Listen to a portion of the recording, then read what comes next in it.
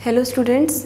तो कल हमने हमारी 5 टोटल प्रॉपर्टीज़ सब डिस्कस कर ली थी लिविंग ऑर्गेनिज्म की। ठीक है, ये 5 प्रॉपर्टीज़ थी: growth, metabolism, reproduction, cellular organisation और कॉन्शियसनेस। ये 5 की 5 प्रॉपर्टीज़ हम अपने 2 लेक्चर्स में डिस्कस कर चुके हैं। ठीक है बेटा, मैंने आपको कल बताया था कि इन 5 कैरेक्टर्स के अलावा और भी कैरेक्टर्स होते हैं जो हम डिस्कस करेंगे आज। ठीक है, जिसमें से फर्स्ट कैरेक्टर है हमारा बेटे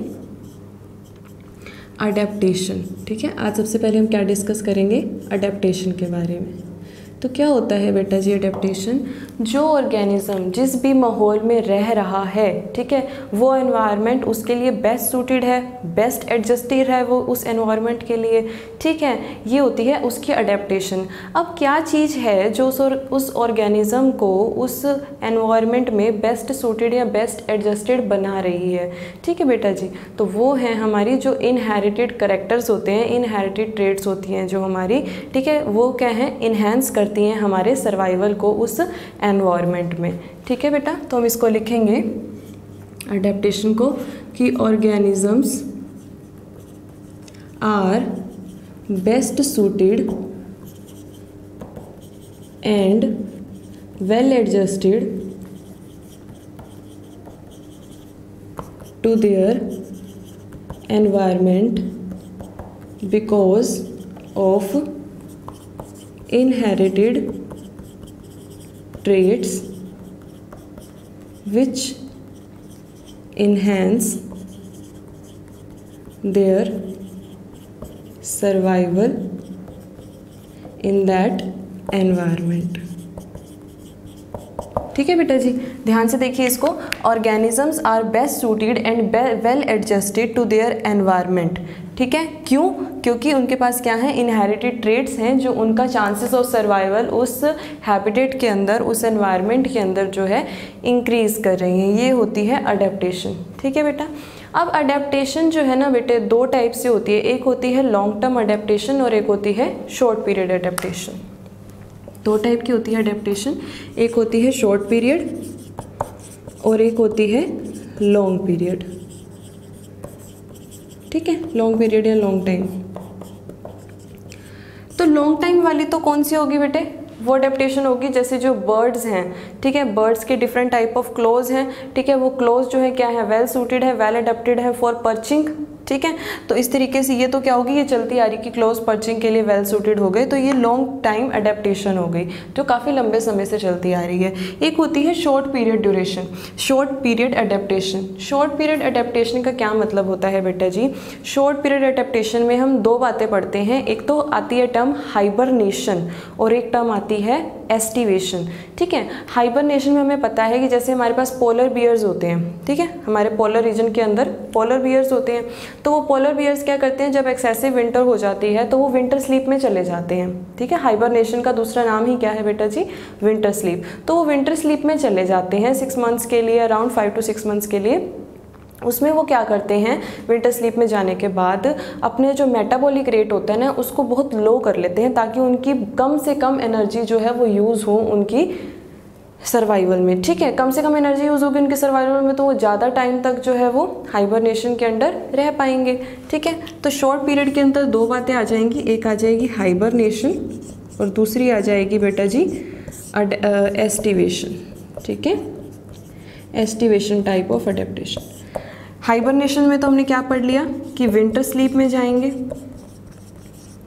जो ऑर्गेनिजम्स होंगे कहाँ जाएंगे, विंटर स्लीप में जाएंगे। और एस्टिवेशन को क्या कहते हैं हम? समर स्लीप कहते हैं, कि जब ज़्यादा गर्मी बढ़ जाती है तब क्या होता है, ये गर्मी से खुद को हाई टेम्परेचर से प्रिवेंट करने के लिए कहाँ पर चले जाते हैं बेटा जी? समर स्लीप में चले जाते हैं। शेडी एरियाज़ में या मॉइस्ट रीजन्स में अपने आप को क्या कर लेते हैं, छुपा लेते हैं।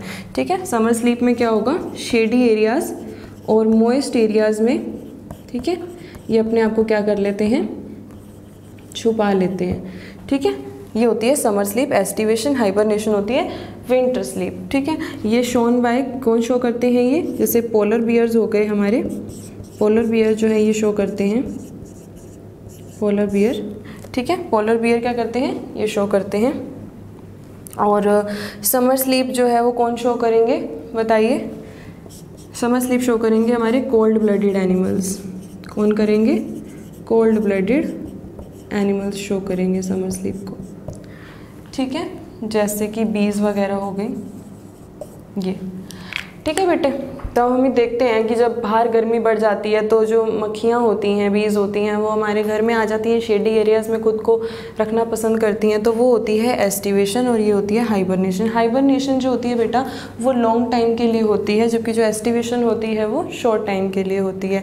और लॉन्ग पीरियड वाली तो हमने पढ़ी ली, अडेप्टेशन कौन सी होगी, जो लंबे समय से चलती आ रही है, यानी कि ऐसी अडेप्टेशन जो कि सर्वाइवल के चांसेस उनके क्या कर रही है, इन्हांस कर रही है, यानी कि स्ट्रगल ऑफ एग्जिस्टेंस शो कर रही है। सीधी सी बात क्या होगी इसके अंदर बेटा जी, स्ट्रगल ऑफ एग्जिस्टेंस की होगी, ठीक है। एग्जिस्टेंस के लिए जो स्ट्रगल था उसकी वजह से जो हमारे अंदर अडेप्टेशन आई उसको हम बोल देते हैं लॉन्ग टाइम अडेप्टेशन।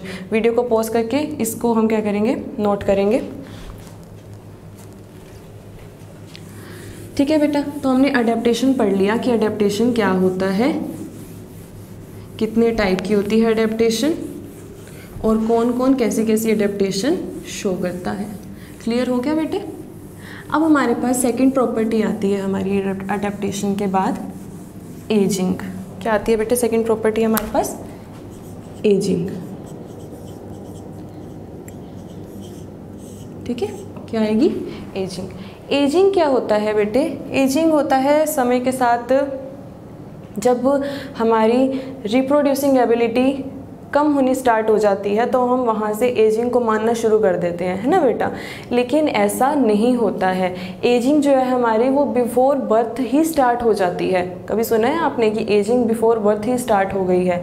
हाँ जी बिल्कुल, एजिंग बिफोर बर्थ स्टार्ट होती है। कैसे देखेंगे, क्या होता है जब जाइगोट होता है हमारा जो, ठीक है, जब उस जाइगोट के अंदर क्या होगी, क्लीवेज होगी।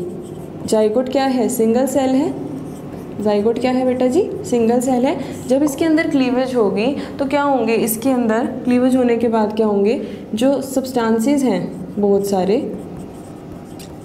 वो क्या होंगे, एक्यूमुलेट होने स्टार्ट हो जाएंगे। सब्सटेंसेस एक्यूमुलेट देयर, और उसी चीज़ को हम बोलते हैं कि जाइगोट की भी क्या हो रही है, जैसे क्लीवेज हुई एजिंग स्टार्ट हो रही है। तो हम कह देते हैं कि जो एजिंग प्रोसेस है वो क्या होगी, बिफोर बर्थ ही स्टार्ट हो जाती है। और इस एजिंग को जो बिफोर बर्थ स्टार्ट होती है इसको क्या बोलते हैं हम, बायोलॉजिकल एजिंग। क्या बोलते हैं बेटा, इसको हम बायोलॉजिकल एजिंग बोलते हैं, ठीक है। इसको क्या बोलते हैं, बायोलॉजिकल एजिंग बोलते हैं। और स्टडी ऑफ एजिंग को क्या बोलते हैं, एजिंग की जो स्टडी होती है उसको क्या बोलते हैं बेटे, उसको हम बोलते हैं जीरोंटोलॉजी।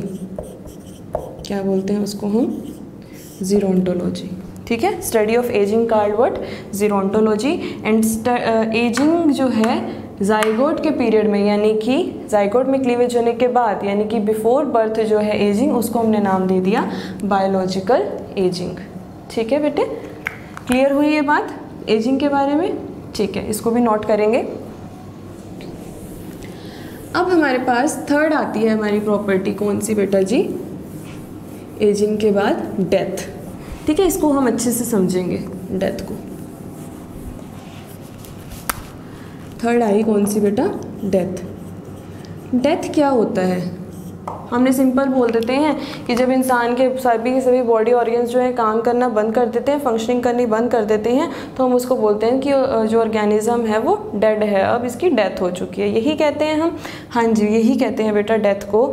लेकिन हमने यहाँ पर दो बातें पढ़नी है डेथ के बारे में, एक होती है हमारी क्लिनिकल डेथ और एक होती है हमारी बायोलॉजिकल डेथ, ठीक है। इसको भी हम पढ़ेंगे। पहले हम देखते हैं कि डेथ होता क्या है। डेथ होता है stoppage of functional organs of an organism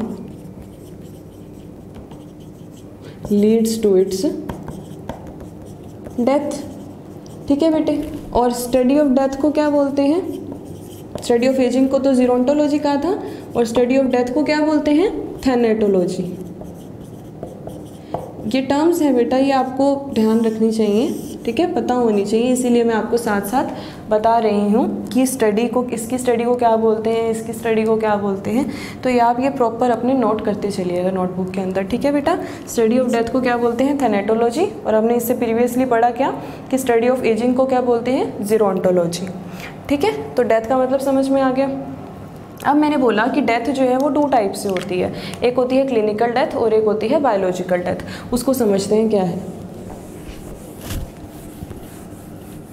बहुत मज़ेदार सी बात है ये, ठीक है। तो 2 टाइप की डेथ हो गई, एक हो गई क्लिनिकल डेथ और सेकंड क्या हो गई बेटा जी, बायोलॉजिकल डेथ। क्या फ़र्क है इसमें क्लिनिकल डेथ में और बायोलॉजिकल डेथ में, ठीक है।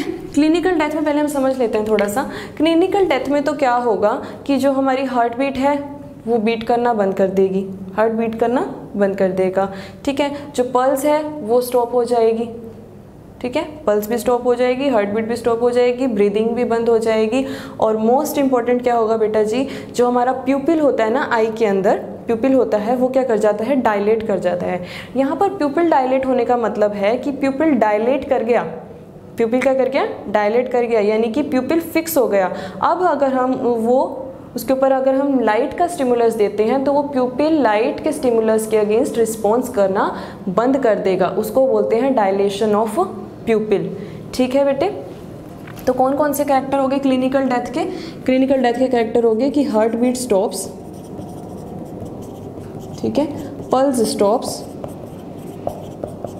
ब्रीदिंग स्टॉप्स और लास्ट में क्या पड़ा कि प्यूपिल जो है वो क्या हो जाएगा, pupil got dilate, that is fixed as no response to light.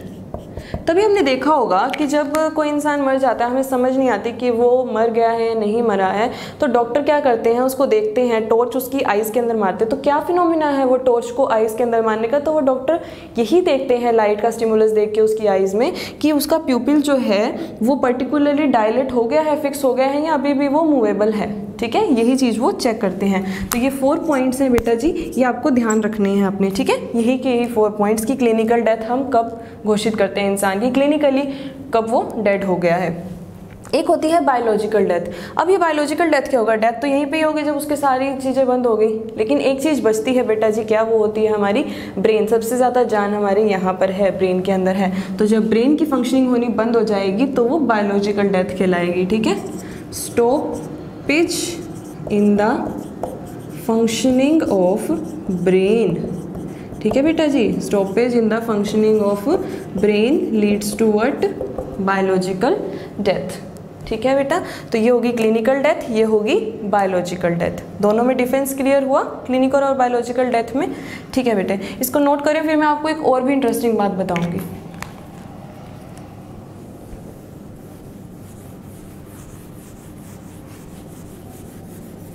आपने ऑर्गन ट्रांसप्लांटेशन का नाम सुना है, ठीक है। तो वो ऑर्गन ट्रांसप्लांट कब किया जाता है, बताओगे आप मुझे, सोचोगे कुछ दिमाग में इसके बारे में। कब किया जाता है बेटे, जब क्लिनिकल डेथ घोषित कर दी और बायोलॉजिकल डेथ घोषित करनी बाकी है, कि ब्रेन अभी भी फंक्शनिंग कर रहा है लेकिन बाकी चीज़ें, हार्ट ने बीट करना स्टॉप कर दिया, पल्स रेट स्टॉप हो गया, ब्रीदिंग स्टॉप हो गई, प्यूपिल डायलेट कर गया, लेकिन ब्रेन अभी भी चालू है, ठीक है। तो उसके बीच का जो इंटरवल होता है, क्लिनिकल डेथ और बायोलॉजिकल डेथ के बीच का जो टाइम होता है, उस टाइम के बीच में हम इंटरनल ऑर्गन्स की क्या करते हैं, ट्रांसप्लांटेशन करते हैं, ठीक है। तो लिखेंगे the time between clinical death and biological death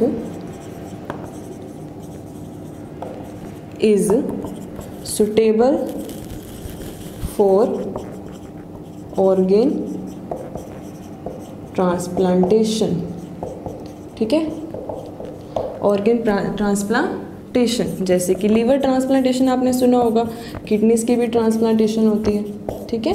तो ये होता है जब क्लिनिकल और बायोलॉजिकल डेथ के बीच का जो टाइम होता है, ठीक है, ब्रेन की परमानेंट फंक्शनिंग स्टॉप होने से पहले का जो टाइम होता है उसको हम क्या बोलते हैं, कि हम इसमें ऑर्गन की ट्रांसप्लांटेशन करते हैं, जैसे लीवर हो गया, किडनीज हो गया। तो ये बात भी बेटा जी ध्यान रखिएगा। तो अब हमने टोटल 8 प्रॉपर्टीज़ डिस्कस कर ली हैं बेटे। कौन सी? 5 तो यही थी हमारी, growth, metabolism, reproduction, cellular organisation and most important consciousness, जो कि क्या है? डिफाइनिंग प्रॉपर्टी है लिविंग ऑर्गेनिज्म की, हमने पढ़ा था। और इसके अलावा हमने 3 प्रॉपर्टीज़ बेटा और कौन सी डिस्कस कर ली हैं? अडेप्टेशन, ठीक है। अडेप्टेशन के बाद हमने कौन सी प्रॉपर्टी डिस्कस की थी? एजिंग, और एजिंग के बाद हमने लास्ट में क्या की? डेथ की। तो इन टोटल हमने क्या कर ली? ये 8 कैरेक्टर जो हैं वो लिविंग के डिस्कस कर चुके हैं, ठीक है बेटे। इसको भी नोट करेंगे। और फिर अब समय आ चुका है कि हम क्या करें, हमारी रोज़ की जो 3 इम्पॉर्टेंट डेट्स हैं और जो 3 बायोलॉजिकल टर्म्स हैं उनको डिस्कस कर लेते हैं, ठीक है। तो आज की 3 इम्पॉर्टेंट डेट्स कौन सी हैं बेटे? आज की 3 इम्पॉर्टेंट डेट्स हैं 5 जून, ठीक है, 3 अक्टूबर और 4 अक्टूबर, ठीक है। 5 जून को क्या बोलते हैं बेटा? सबको पता है, वर्ल्ड एनवायरनमेंट डे बोलते हैं 5 जून को। 3 अक्टूबर को क्या बोलते हैं? World animal day. और 4 अक्टूबर को क्या बोलते हैं? वर्ल्ड हैबिटेट डे, ठीक है बेटा। ये ध्यान रखेंगे आप 3 इम्पॉर्टेंट डेट्स के बारे में। अब बारी आती है हमारी 5 बायोलॉजिकल टर्म्स की आज की। तो आज की हमारी 5 बायोलॉजिकल टर्म्स कौन सी हैं बेटे? सबसे पहली है एडिपोज, सेकंड है एरोबिक, थर्ड है एल्ब्यूमिन, फोर्थ है एल्ब्यूमिन और फिफ्थ है ब्रैंकियल, ठीक है। एडिपोज का मतलब क्या होता है बेटे? फैट बायो के अंदर, ठीक है। एरोबिक का मतलब होता है एयर, एयर में मोस्टली क्या?